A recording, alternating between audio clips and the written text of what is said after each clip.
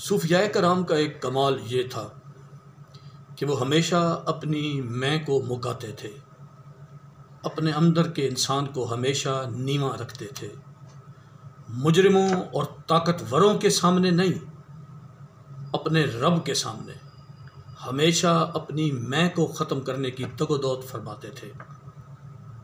حضور بابا فرید فرماتے ہیں کہ مینوں منج کر تے نکی کر کے کٹ۔ حضور میاں محمد علیہ رحمت فرماتے ہیں کہ میں محمد ٹھگ محمد، میں محمد چور، جس تا لوکی کلمہ پڑھ دے او محمد ہور۔ حضرت بلے شاہ فرماتے ہیں کہ اٹھ بلیا چل یار منا لے، نہیں تے بازی لے گئے نے کتے۔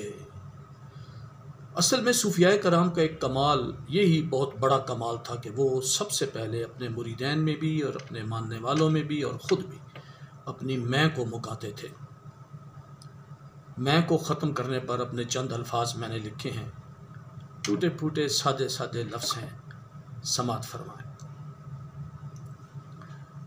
میرے سونے یا ربا میرے عیباں اتے پردے پا، میرے سونے یا ربا میرے عیباں اتے پردے پا، مینوں بندیاں دے وچ تو آپ رولا، مینوں مٹی کر، مینوں منج کر کے تو آپ کٹا، مینڈی اکڑ وکڑ سب پینجیاں وچ تو آپ پنجوا، مینوں گنیاں وانگوں ویلنے وچ تو آپ پھرا، مینوں نیواں کر، مینوں نیچا کر، مینوں نیواں کر، پھر قدم انہاں دے تو آپ گرا، جنوں دتا احدوں احمد نام سونا تو آپ خدا، جنوں دتا احدوں احمد نام سونا تو آپ خدا، مینوں قدماں دے وچ انہاں دے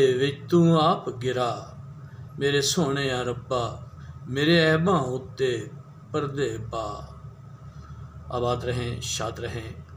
طاہر فراماٹک۔